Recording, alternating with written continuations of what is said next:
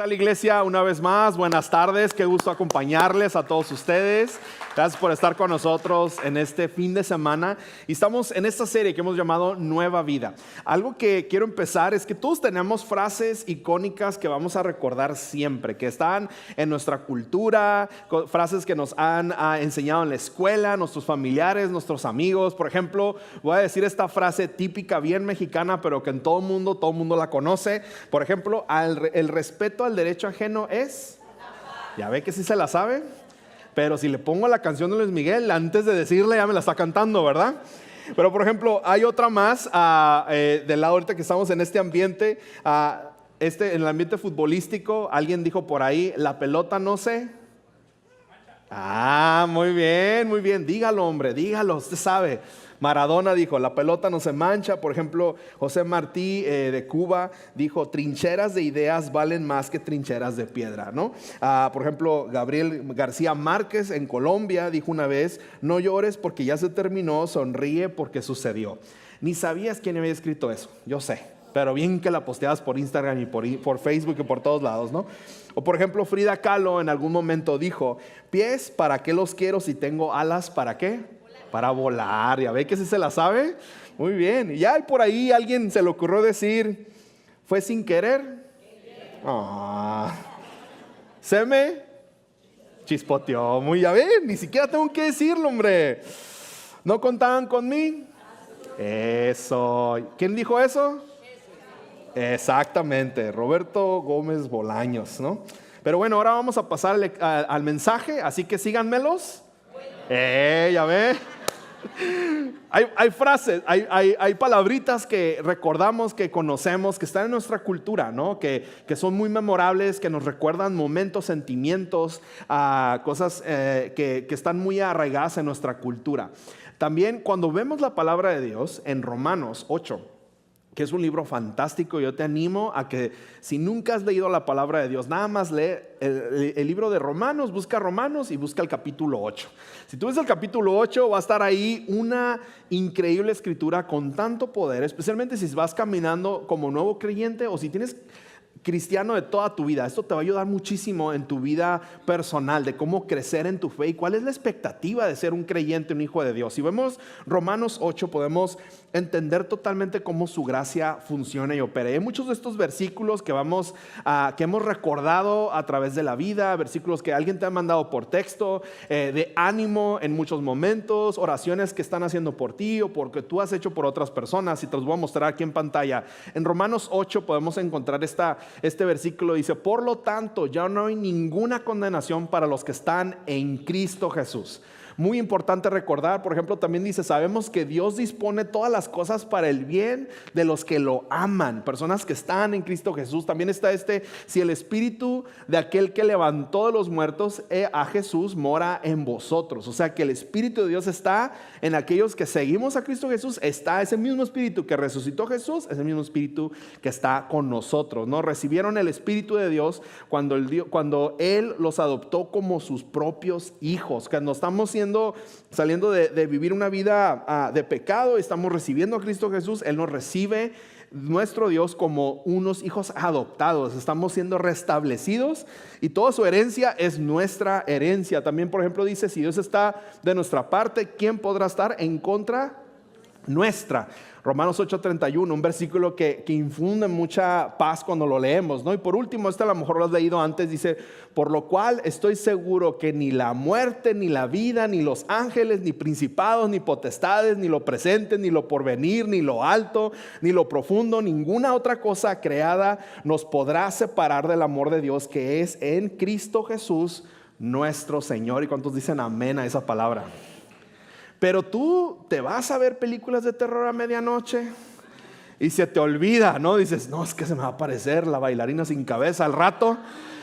Y se te olvida por completo. Estás enfrentando una dificultad y se te olvida que en Romanos decimos, no hay nada que me separe del amor de Dios. Estamos batallando con algunas adicciones, con algún pecado, pero se nos olvida que si estamos en Cristo Jesús, no hay nada que me separe del amor de Dios. El enemigo de nuestra alma nos quiere recordar todo el tiempo que en el momento que estemos pecando, ya Dios no quiere saber nada de nuestra vida. Pero si tú estás en Cristo Jesús, Jesús no está esperando que no vayas a pecar o que no hagas las cosas mal, porque Él ya sabe que pecadores ya somos. Pero en Él, por su herencia, porque somos adoptados en su amor, tenemos gracia, tenemos una segunda oportunidad y tenemos un nuevo comienzo. No significa que China libre, no. Significa que también al mismo tiempo de recibir su gracia, cuando estamos en Cristo, recibimos al Espíritu Santo.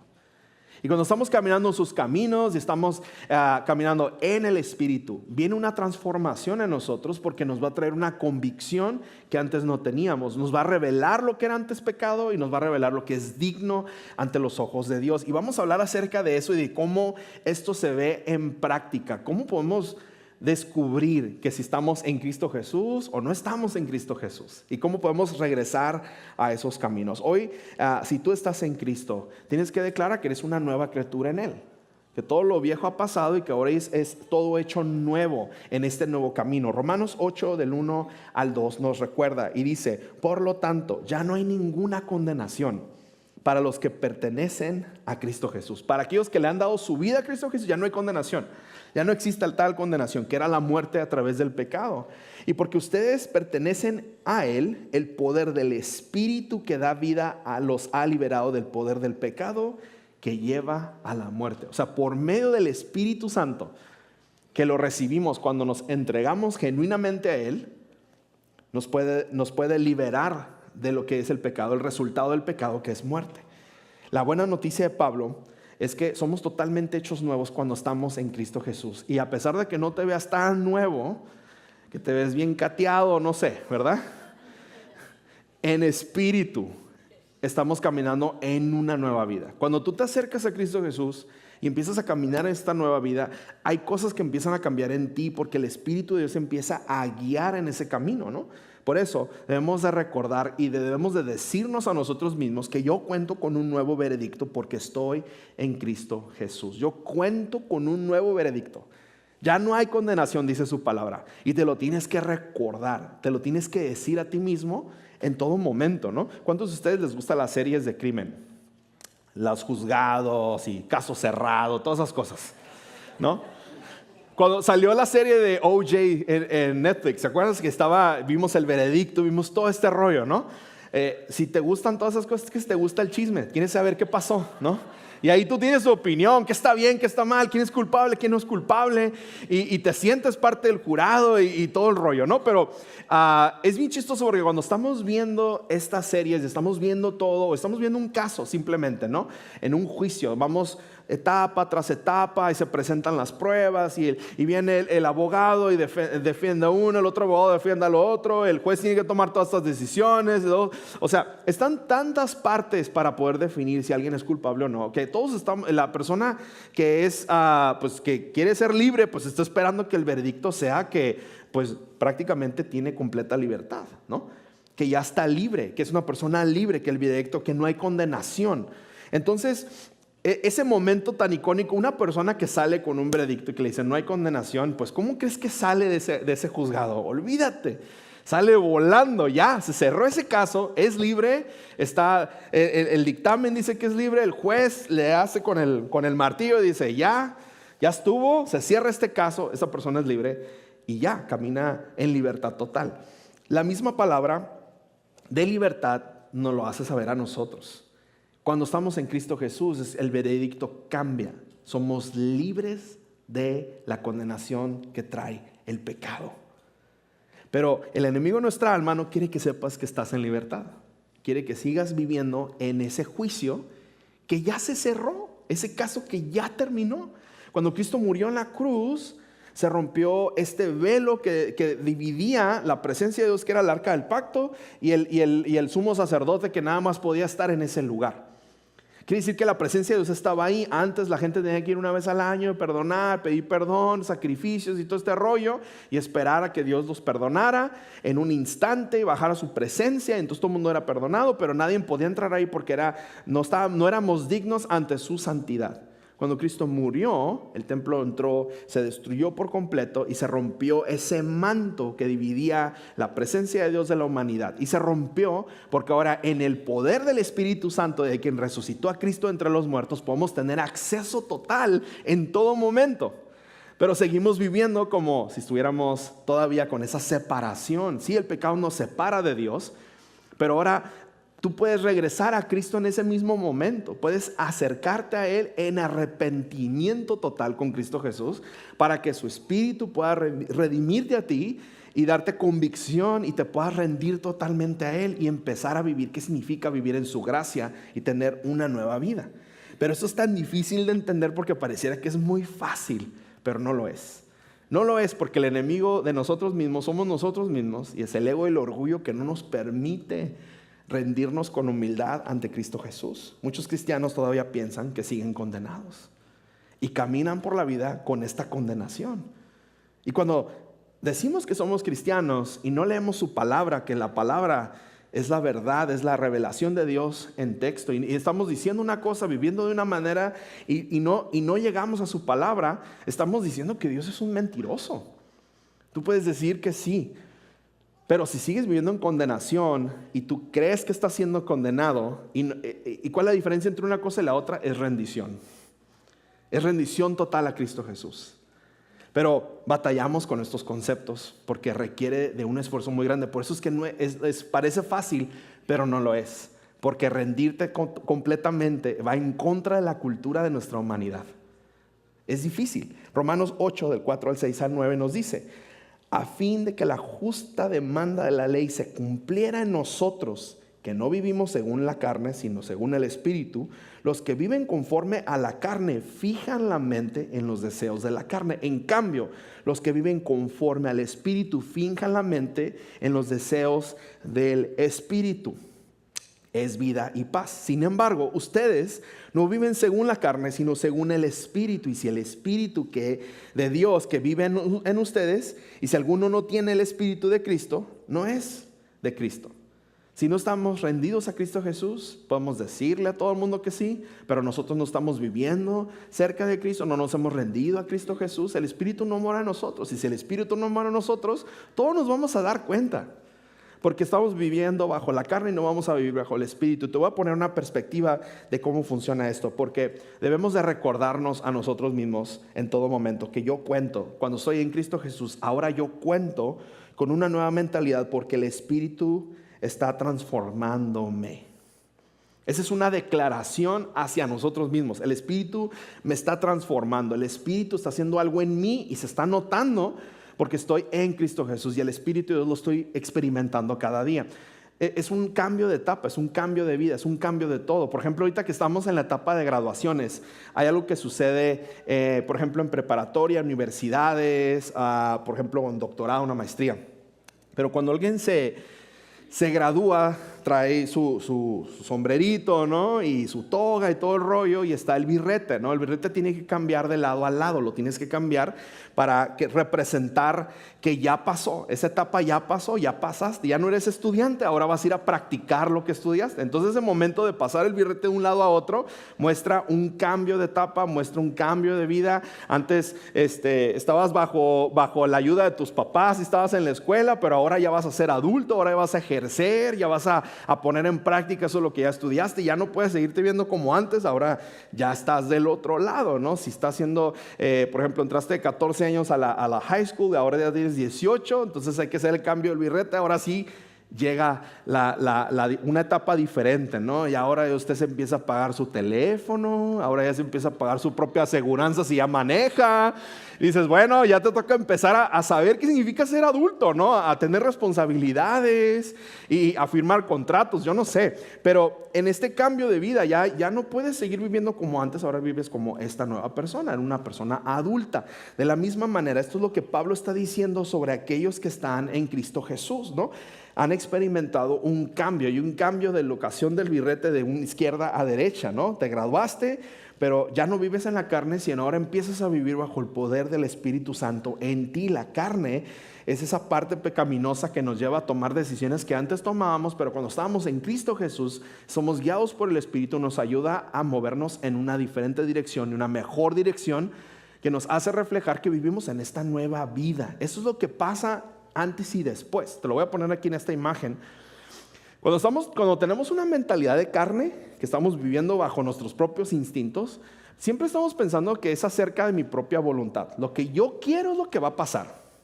Pero cuando estamos en Cristo Jesús, aunque tú quieras todo lo que tú quieras, al final del día es la voluntad de Dios y va a ser perfecta. Estás orando por alguien. Temprano dije un mal chiste y yo creo que lo voy a volver a decir. Padre Santo, estoy orando por ese hombre que está ahí enfrente. Está casado, pero no importa. Va a ser mío en el nombre de Cristo Jesús porque es mi voluntad, ¿no? Dámelo como sea. Eso va en contra de todo lo que Dios dice en su palabra, de todo lo que en contra de la ley. O sea, abajo o arriba está mal, ¿me explico? Pero pareciera que como ese tipo de oraciones emberrinchadas, como, no, es que yo quiero esto, a fuerzas quiero esto. Y estás luchando con algo que va en contra de todo. Y Dios dice, hey, yo tengo un mejor plan para ti. Yo he creado al hombre o a la mujer perfecto para ti. He creado el plan perfecto para tu éxito, el plan perfecto para tu carrera, el plan perfecto para tu vida. Ríndete a mí. Y cuando empezamos a dejar de orar en base a nuestros berrinches, empezamos a orar en base hacia su voluntad, por encima de tus anhelos. Claro, los vas a traer a los pies de Cristo. Vas a poner tus planes, proyectos y todo eso que tienes, lo vas a poner en sus manos. Pero al final del día vas a estar bien con decir, Señor Jesús, y por encima de todo, tu voluntad es perfecta. Porque lo he visto antes y sé que tu plan es mejor que mi plan. Y empezamos a pensar bajo el Espíritu y estamos dejando de pensar bajo la carne, ¿no? Por ejemplo, hablamos que en la mentalidad de carne se trata de mi propia gloria, de cómo me voy a vanagloriar si alcanzo esto, ¿no? Pero si estamos orando en espíritu, vamos a tratar de que todo eso se trata de su reino y de su gloria. A Él le vamos a dar la gloria y la honra por lo que sea que alcancemos o ganemos. No se trata de nosotros, pero se trata de que Cristo caminó con nosotros esto. Cuando tenemos una mentalidad de carne, pensamos en mi propia gratificación. ¿Qué voy a ganar? Pero cuando estamos en Cristo Jesús, bajo su Espíritu, la gratificación es para Dios siempre. Siempre es su gloria, ¿no? En mi propia justificación, yo me justifico, yo lo alcanzo, yo lo logro. Pero cuando estamos en Cristo Jesús, la justificación viene nada más de Dios, viene de su poder, a través de quién es Él en nosotros y a través de nosotros. Cuando estamos en la carne, pensamos en nuestra propia suficiencia. Pero cuando estamos en Espíritu, es la suficiencia de Dios. Estamos dependiendo totalmente de Él. Estamos viendo su resultado a través de Él y en nosotros. Nuestras oraciones cambian, nuestra manera de pensar cambia, la manera en que servimos cambia, la manera en que actuamos cambia. Cuando estamos en espíritu, todas estas cosas se van a notar y vamos a darnos cuenta. Todos vamos a ser bendecidos. No vamos a ser juzgados, pero vamos a ser bendecidos porque vas a estar caminando bajo el espíritu y no vas a estar caminando bajo la carne. Y ese es el reto bien grande. Es el reto de toda humanidad, es el reto de toda la creación, de todos los que estamos en Cristo Jesús. Es este reto constante, lucha.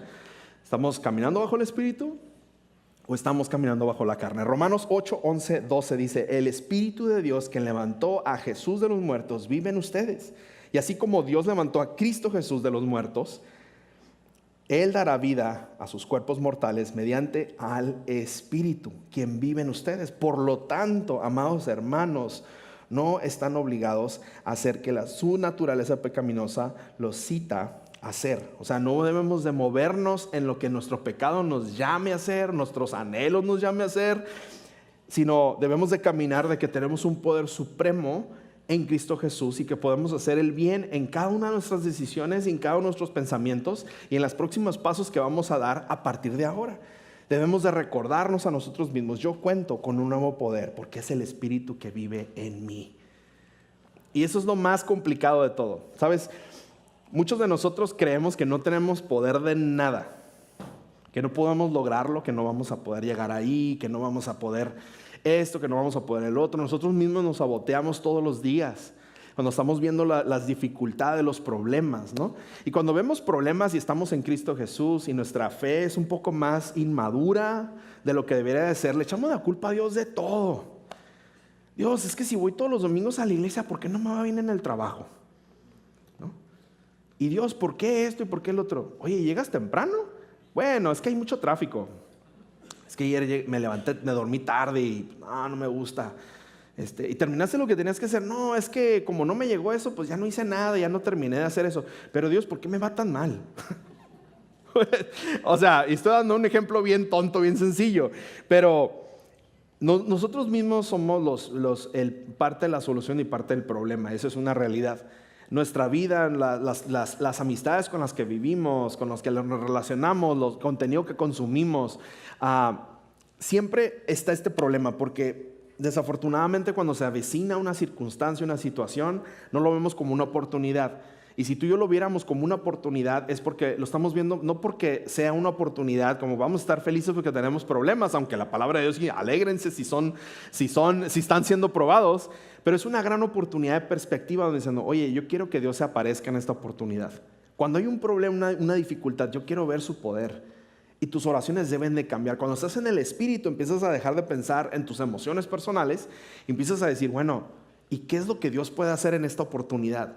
No en un problema, pero en una oportunidad, en una circunstancia.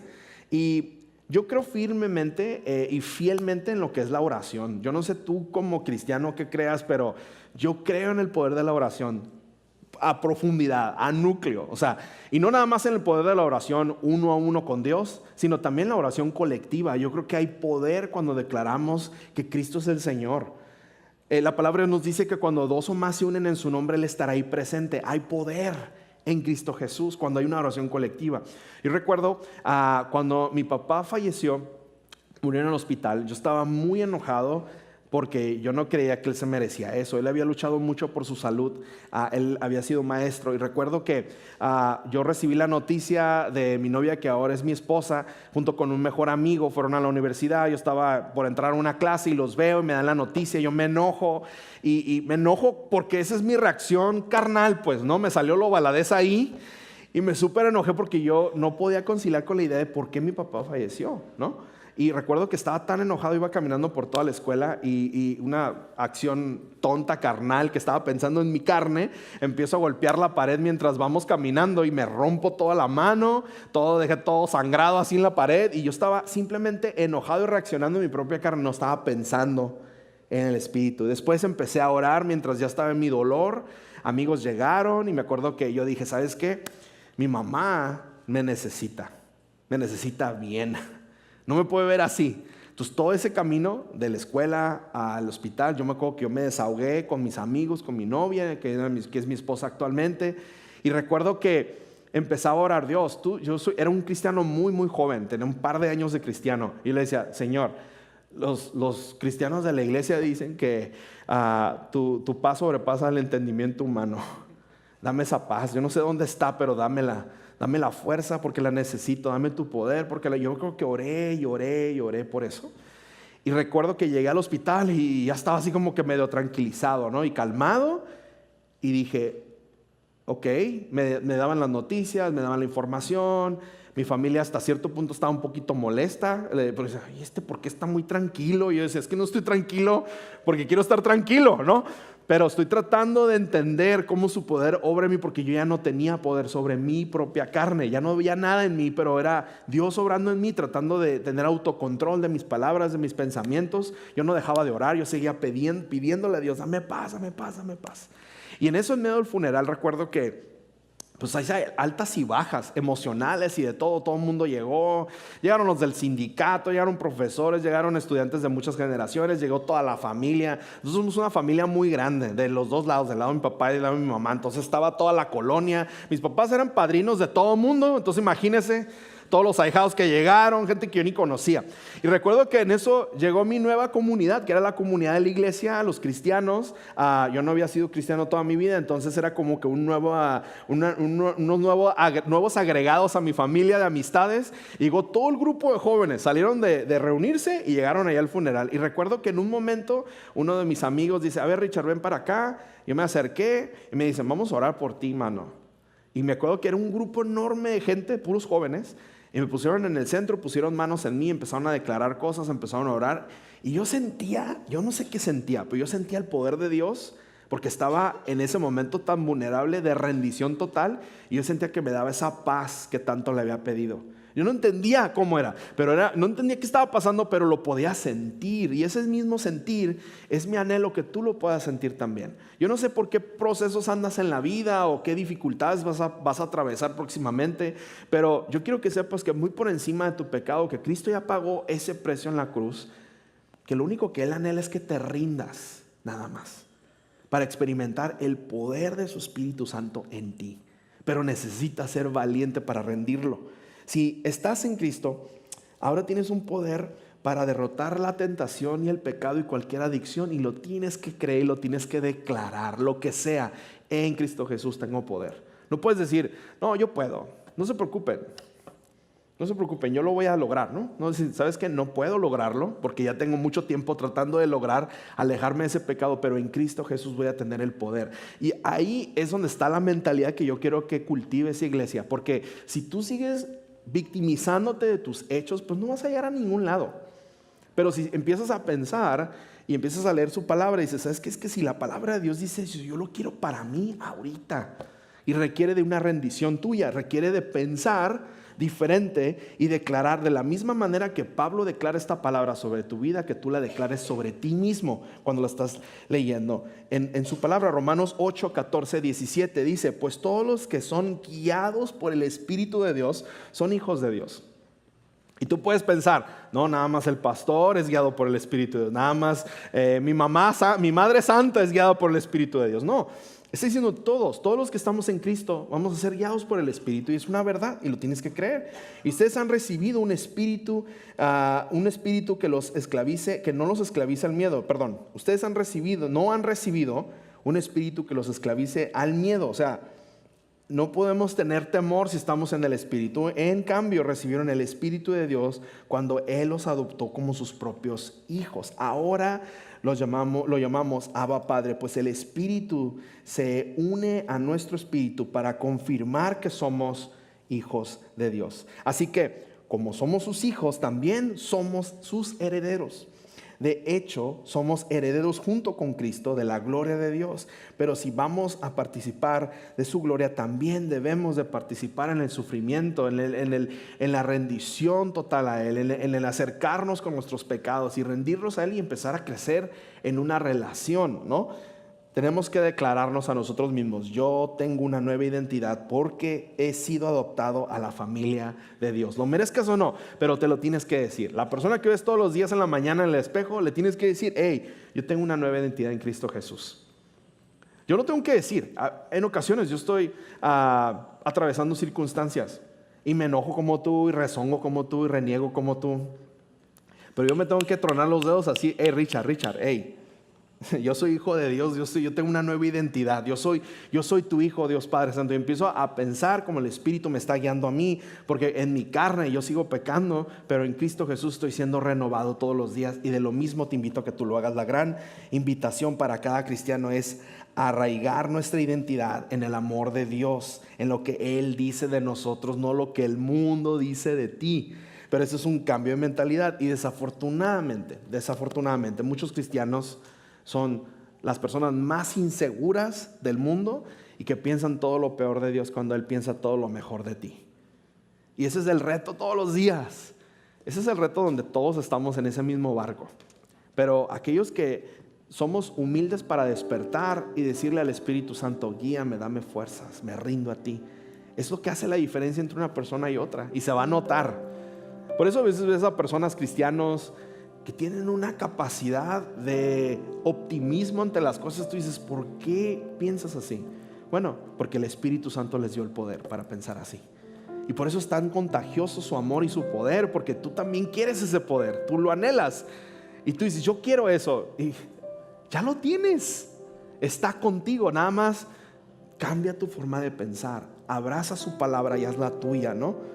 Empieza a vivir como un hijo adoptado de Dios que tiene todo su poder, en vez de vivir como un hijo desolado que no tiene nada en herencia. Pero cuando estamos en Cristo Jesús tenemos todo su poder, tenemos todo su gracia y su amor y sus promesas y tantas cosas más. Así que, iglesia, ¿por qué no te pones de pie brevemente? Porque vamos a cerrar ese tiempo con un momento de oración y al mismo tiempo de rendición total a Dios. Hay 4 estaciones aquí. Está la oración de las velas, la estación de oración aquí al frente, hay comunión allá y está la cruz. Te voy a explicar qué es. Ese es un momento de reflexión, le llamamos las estaciones de la cruz. La estación de la oración es simplemente alguien va a estar aquí enfrente, tú traes tu petición y esa persona va a orar por tu petición, te va a ungir con aceite y vamos a creer lo mejor de esa oración, de eso que Dios ha puesto en tu corazón o de ese reto que viene o esa petición. La otra estación es la estación de las velas, y la estación de las velas es un momento simbólico. Agarras un palito, hay una vela ya encendida que es la vela de Dios, es su paz y su esperanza. Enciendes ese palito y mientras enciendes una de las velas empiezas a orar por un ser querido que quizás está en el hospital, que no está presente, algo que quieres que se restablezca, alguien que ya no está en vida y que tienes que ponerte a cuentas, no sé, pero de una manera simbólica estás encendiendo esa vela donde estás llegando rendido a Cristo Jesús. A mí está la comunión que está de este lado y hay una guía de oración enfrente donde puedes recordar el sacrificio de Cristo Jesús, ponerte a cuentas con Él y recibir el pan y el jugo de esta manera simbólica, tal como Cristo nos pide en su palabra, que cuando estemos reunidos así, que comamos del pan y del jugo y recordar su sacrificio. Y por último está la cruz. Hay tarjetas puestas en la cruz y ahí es donde tú declaras ese pecado que quieres entregarle a Jesús. No le vayas a poner tu nombre porque no nos queremos enterar, ¿ok? Pero Dios ya sabe. Simplemente escríbelo de una manera profética, decláralo y entrégalo y clávalo en la cruz como una señal simbólica de lo que ya Cristo hizo en la cruz, que es el pago de nuestros pecados para darnos eternidad. Entonces, que este sea tu primer paso, ¿no? Sal de tus sillas durante estas próximas 2 canciones y acércate a cualquiera de las estaciones. Yo estoy seguro que Dios tiene una palabra específica para ti y para cada uno de nosotros. Así que, iglesia, adoremos a Dios con estas 2 canciones.